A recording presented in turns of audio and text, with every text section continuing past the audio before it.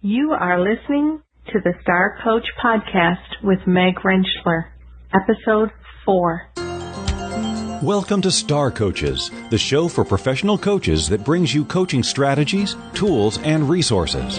Whatever your focus or niche, take a front seat weekly as industry leaders, decision makers, and innovators share their wisdom and expertise on the ins and outs of successful coaching. Now join your host, Meg Rentschler, as she connects you with your star coaching potential.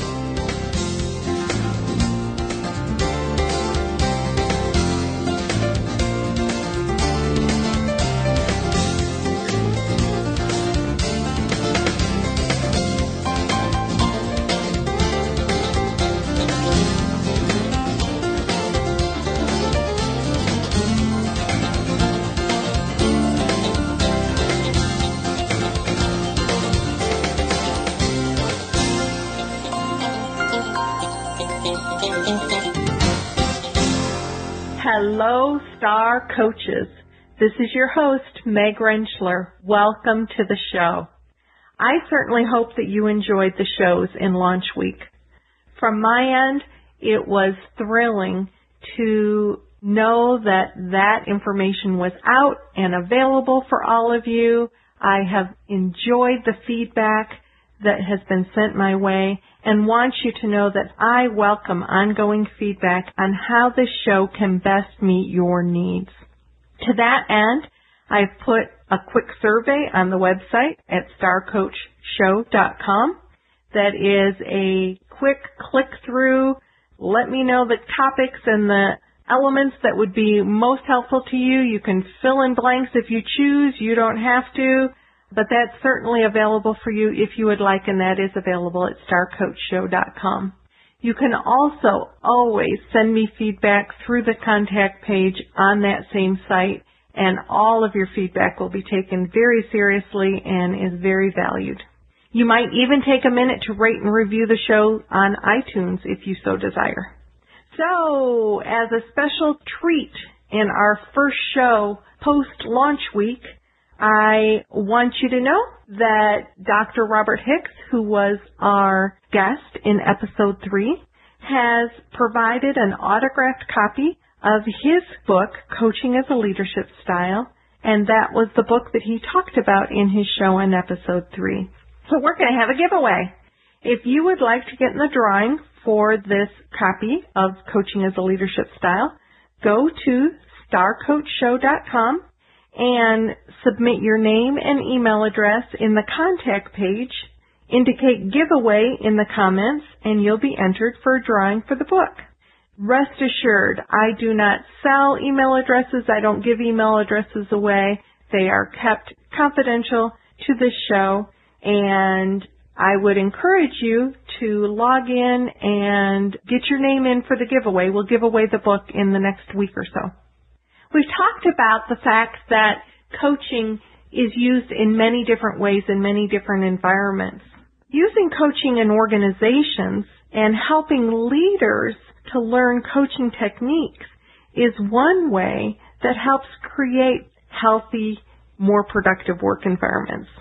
I've mentioned that one of my primary motivations for transitioning from a therapeutic practice into an executive coaching business was my desire to help workplaces be healthier and happier and more productive environments for their employees.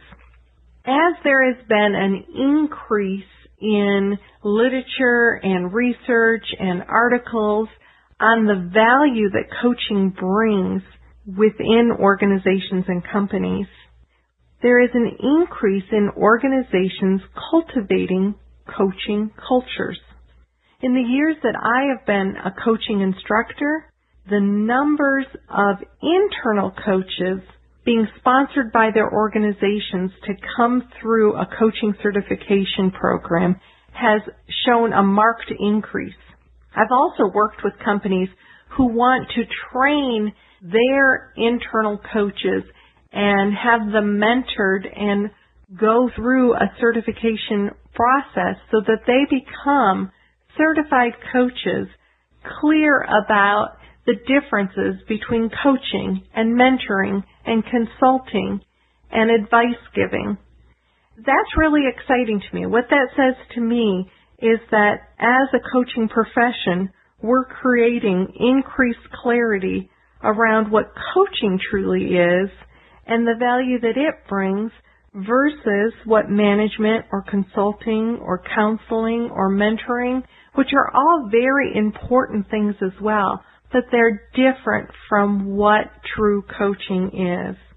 And as we've increased the clarity, there seems to be more intention on the part of organizations to not only incorporate more coaching in their cultures, but to actually train and certify their internal coaches to be able to offer the tools and expertise of certified professional coaches.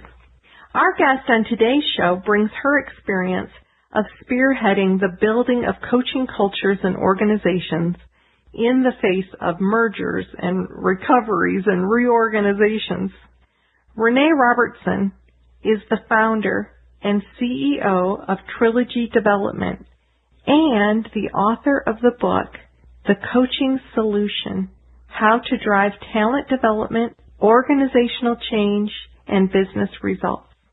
As a two-time International Coach Federation Prism Award winner, Renee has proven that her approach to building effective coaching programs within organizations to help retain and develop talent, to partner in strategic development, and to maximize organizational efficiency and efficacy and productivity has really created success. The International Prism Award, for those of you who might not know what that is, was created within the ICF to honor businesses and organizations with coaching programs that significantly enhance performance standards and business achievement through coaching initiatives. It's a rigorous process to apply, to kind of make the case and improve the incredible return on investment that these companies are getting with their coaching initiatives. So to win the Prism Award even once is amazing. To win it twice is over the top. In this interview, Renee shares her journey from corporate sales into executive coaching and how she maneuvered within repeated corporate changes to bring value, to really champion coaching, and provide growth and stability through leadership development. I'm so excited for you to hear the interview with Renee Robertson and learn all about her coaching solution. Let's go to the interview. Renee, I was so excited to meet you and learn about all the great work that you have done both in corporate America and both as an executive in corporate America and then transitioning into coaching. So what led you from working sales to beginning to coach your organization? That's a great question, Meg. I love that question because I think it's a really interesting story. I stumbled into coaching. I was traveling back and forth between the U.S. and the United Kingdom for business, and I was newly married and trying to start a family, and life was chaotic, as it still is. However, I found myself in a unique situation and feeling a bit overwhelmed by everything. And I thought to myself, I need to figure this out. And on one of my flights, there happened to be a magazine that I picked up. And on the cover of the magazine was this woman, and it was all about her story and how coaching transformed her life.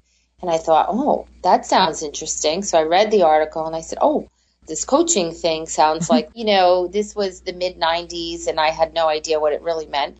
I thought to myself, okay, when I get back to the States, I'll, find myself a coach and that person will fix everything for me.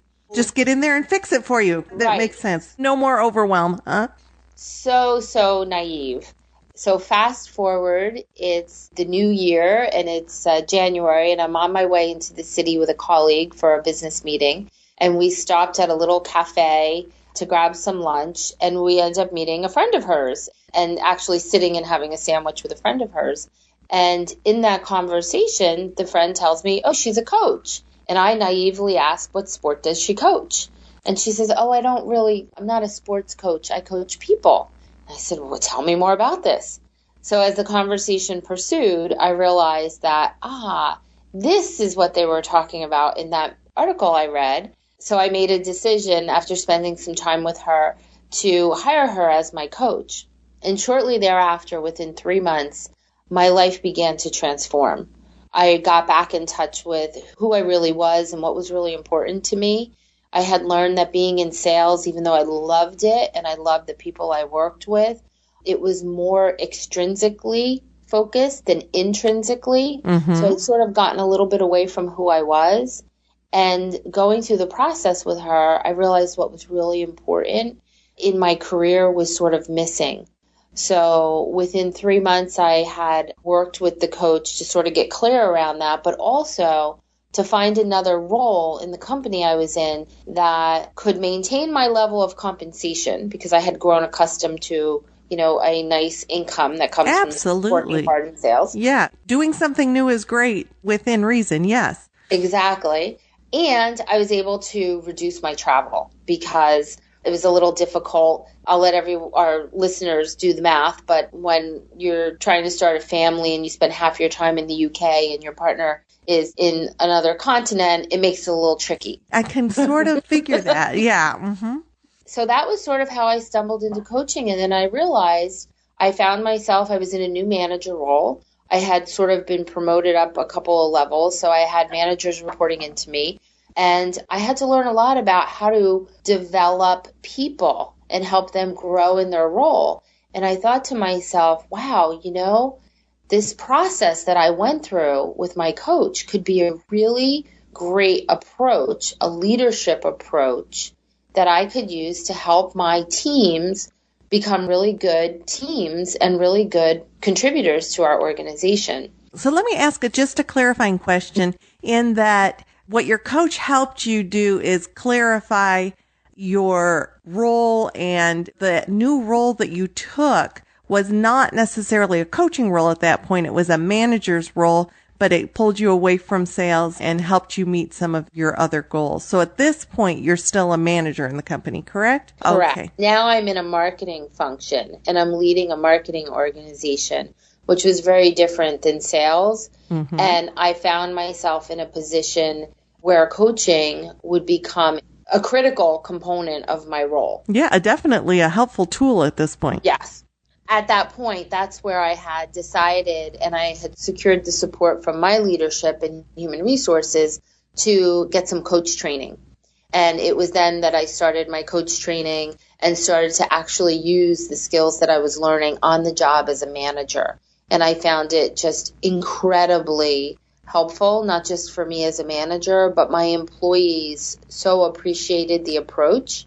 And you could see our engagement levels and our results just went through the roof. So it was just a really, really wonderful experience. Well, definitely, and accessing resources, good for you also, and having the company help you with that investment. Mm-hmm. And I'd encourage people to think about, if you're working within a company, what kinds of resources might be available to help build some of your coaching skills, tools, training, that kind of thing. Excellent. So what happened next, Renee? So from there, I had great success in my role, and the company I was working in was being acquired by another company. And you could see the cultures were very different and the leadership styles were different. And there were a lot of things that were different. Mm-hmm. And I started to have a bigger vision because I started to see coaching as a way to help bring these companies and our culture together. So I had created a proposal that I took up to senior leadership. And at the time, unfortunately, they thought it was a great idea. But unfortunately, my assignment was changing and I was getting additional responsibility and they needed me to focus somewhere else. So being the good corporate soldier that I was, I took my assignment. And I still continued to coach the people who worked for me and even people who didn't work for me. They just started to just call me coach. So you started to gain a reputation as a coach within the organization. Exactly. So fast forward another year and now we're in the midst of this integration. And it was a difficult time. the company at the time, I was with MCI. It was acquired by WorldCom. Many people know what happened as a result. But during that time, leadership had changed, and I was selected to be part of a high potential leadership program, of which I attended, and I was given my very own coach and a 360 assessment. And out came all of my passion and work I had been doing in the coaching space. So my coach, as any good coach would do, encouraged me to share my story with the new leadership and the head of the leadership programs, which I did. And as a result, I was asked to really take on a role as an internal coach for the sales and service organizations for our company and help facilitate the development of the leaders and the managers in the organization. And it was like a dream come true. That's really, and what I think is so important in the midst of your story is in the midst of your journey, not only did you bring incredible value to your company and were allowed, and I think through perseverance and work on your part to land this dream position, coaches helped you along the way with that. And I think that that's an important element as well, as not only did you benefit others from your coaching, but you were benefited by coaching. Absolutely. I always felt like the work with my coach was a very sacred space and time that allowed me to just take a deep breath and breathe and think. As you're working in, these organizations these days, everyone, I don't think I know anyone who's not a little overwhelmed.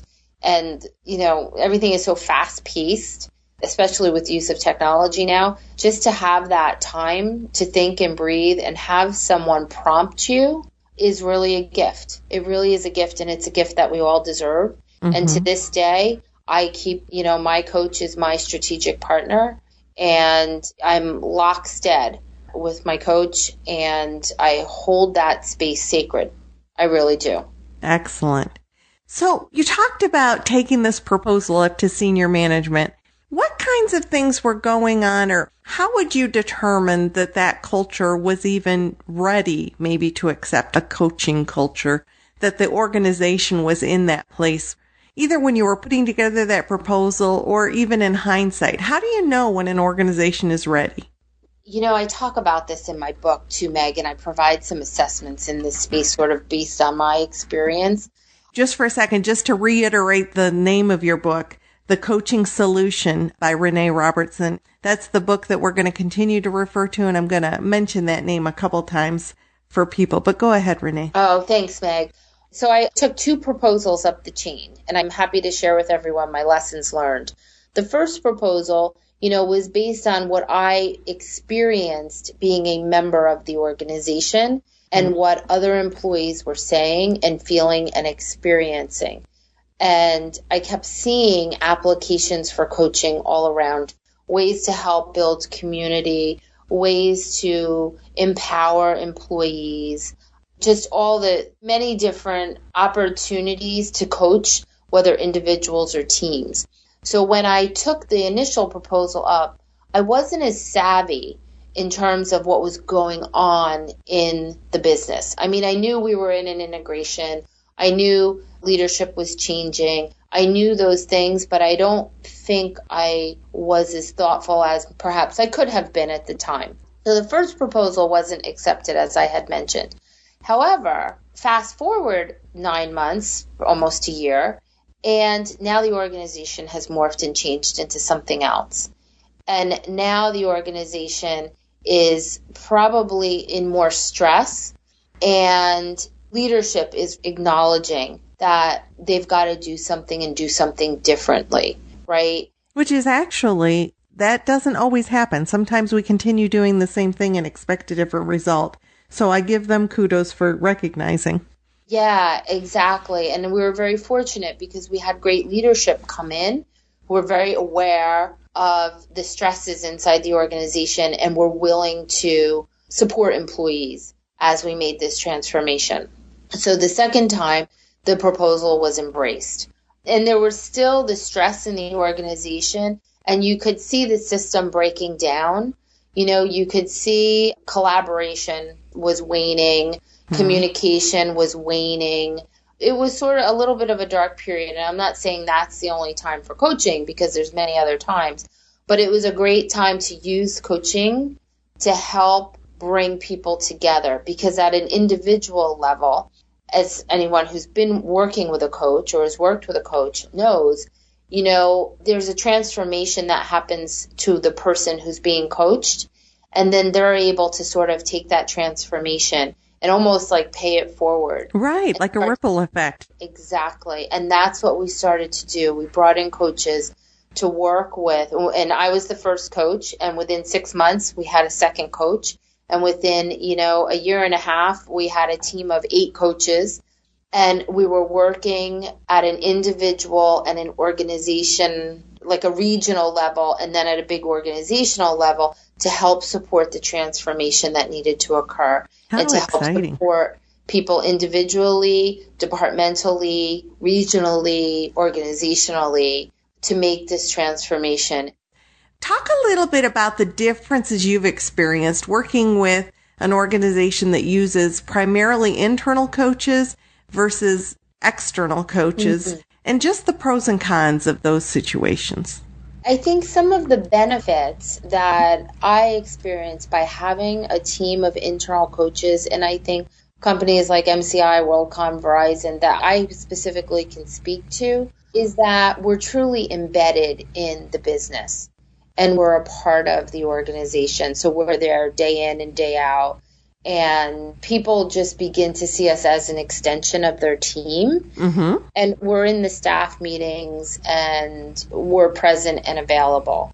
And then you have a pool of coaching clients, right? So you're acting as a part of a team, and then you're coaching folks along the way, right? Which is, I think, a true value to any chief human resources officer or, head of talent management who's ever sponsoring the coaching program, because it allows you to position HR in such a way that it really is a strategic partner to the business. And now you've got someone who's actually aligned and integrated with the business. Now, I think that's also possible with an external coach. However, it might just be a little more challenging just because of the logistics, right? You're not there every day. You're not on site every day. You're not necessarily included in all the staff meetings and things like that. So that's more of a logistical type of hurdle. And how can you break through that? Which is possible. It's totally possible, right? And it depends on the culture too, right?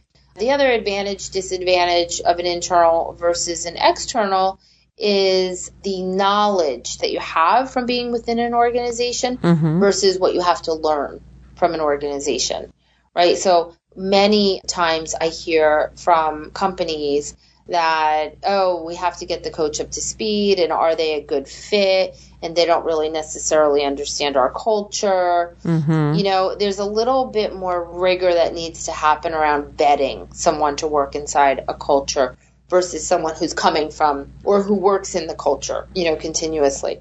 So those are sort of the two that come to mind. Now, it's interesting, Renee. I'm going to throw this out there and see how it lands on you. One of the things that I find when I'm training internal HR people, let's say, to include coaching as part of their style, or even working with companies who are working to credential their coaches, so doing a more rigorous sort of training and mentoring for them.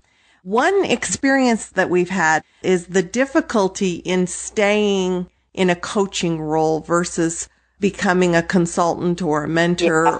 So the more information they have about the company or what's going on with particular things takes them out of curiosity into wanting to tell. So I would guess that maybe an advantage an external coach might have is not necessarily knowing everything that's going on, because then they're able to stay in a bit of that curiosity and inquiry and not get pulled into the, let's tell you how to do this. Internal coaches couldn't do that, but that is one of the things that I've been bumping into with some of the work that I've been doing. It's an excellent observation. I think as an internal coach, it's about perception, right? When someone hires a coach, right, there is an element of credibility that the person hiring you is looking for. Okay. And Absolutely. for some people, it might be really understanding their industry, their business, maybe having walked in their shoes. That might be important to that person. Mm-hmm. So having someone who either internal or external who resonates with that person would be important to them. Absolutely. Right? So that's an element of it. I think if you're internal or external, there's always that tendency of, oh, you know what, when I did something like I was in a similar role, or, there is always that tendency to want to tell, because we're human and we want to share our stories and we want to help people. Exactly. Right? Is that, well, boy, I can help. I know what the answer is. Yeah. Exactly. Whether we're wearing our coaching hat or not. Mm-hmm. So I think it's being aware of that. And then I think it's framing it in such a way of asking the question. So as an internal coach, and, at the time, in one of my roles, I was responsible for talent development and succession planning. So there was a lot of information in my brain that could not be shared. However, I knew there were ways I could help others in their career because of the information I knew.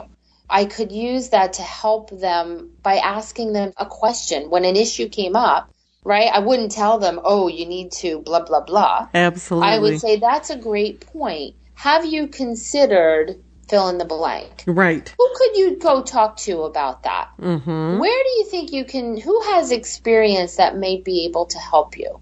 I want to be careful here because it's not leading. I don't want to come across that I'm not in alignment with ICF competencies. However, when you're internal, you do just need to be a little more aware of that and dance with the client. When they bring you the issue and there are other avenues for them to explore, help them identify what those avenues are without giving them the answer. I think that was my point as well, that it's not that internal coaches can't stay curious. They just have to be really aware of staying curious. They have to be really aware of it. Exactly. And that's one of the things we talk about. There's so many wonderful coach training programs out there. And as, research is showing, internal coaching is growing. However, the amount of time spent in training for people who are coaching inside organizations is 30 hours or less. And Meg, as you know and I know, we went through our initial programs that were 120 plus hours. Absolutely. And we're still not, we're good coaches. We're not great, There's always a learning curve. Absolutely. There's always a learning curve. So one of my goals was to build some training and develop training geared specifically for coaches that want to work, or individuals or HR professionals, whoever you are, that would like to coach inside organizations and help address some of these in the training process. So what did you build into that? And what's the name of your training program? So the training program is affectionately coined the coaching solution for internal coaches. There's a lot of discussion about each of the competencies and how they apply internally, so we really understand what that looks and feels like and how we have to navigate, sort of navigate inside the organization, and also honor our code of ethics and honor the competencies that we're trained to. And also there are lots of experiential applications in the training program to help really practice around some of these conversations that come up with an employee, whether it be a manager, a leader, a C-suite member, and their internal coach, and how to handle those conversations. They could be around where I am in succession, or they want me to take that assignment, but I really don't want to move to Asia. These are those types of sensitive conversations that come up that you need to figure out how to navigate through as a coach. And when you're inside, it could be a little trickier. So those are types of scenarios that are built into the training. How exciting. And for people interested in learning more and just gaining more of Renee's wisdom, first of all, I strongly recommend that you pick up a copy of her book, The Coaching Solution, How to Drive Talent Development, Organizational Change, and Business Results. And also, I'm going to actually have you give your website, because I know that there will be great information on your website also about your training program for internal coaches. coming from obviously an expert in the field who has won 2 Prism Awards by helping her companies gain excellence through coaching and utilize coaching to such a place that it takes them to the next level. So Renee, how could people get a hold of you? Anyone can email me anytime at Renee, Renee, at trilogydevelopment.com, or you can go to my website, www.trilogydevelopment.com, and check it out. If you have questions or ideas or suggestions, I'm always open. Please just reach out and contact me. Renee, thank you so much for spending time with us today, sharing your wisdom, your expertise. I'd love to have you back to tell us more, because I think we just touched the edge of the wealth of information that you have to share. So you have an open invitation to any time to come back to Star Coaches Show and share more information about your wonderful experience. Oh, Meg, thank you so much for having me. It's my pleasure to be with you and spend this time and share this with other coaches out there. Thanks again. It was such a pleasure to spend time with Renee and to hear about the impact of coaching within her organizations. What really stood out for me in Renee's interview was the sequence of events for her in the realm of coaching. She first became interested, or her interest was piqued in coaching as she was sitting on an airplane on one of her many work trips and read an article about coaching. She was then able to find a coach and worked with that coach to help her create some clarity about what she wanted personally and professionally and how those two things would fit together. And that increased her awareness of coaching to a place where she trained and became an internal coach in her organization. Through that role, she truly believed in her coaching and lobbied for the coaching with leadership in her company, even as things were difficult. And sometimes programs like coaching get cut. She really got leadership behind and believing in the program. And therefore, coaching rippled out and touched even more people. To now, she is a business owner in her own leadership development company and has this book, The Coaching Solution, that will teach others how to bring coaching into organizations, how to maximize benefits, and therefore ripple out and touch even more people. So what that says to me is we just never know how our coaching is going to influence other people. But even bigger than that, we just never know what our ripple effect is going to be, whether it is in positivity, whether it is in gentleness or kindness, whether it's what we're doing as a coach, what we do as a person.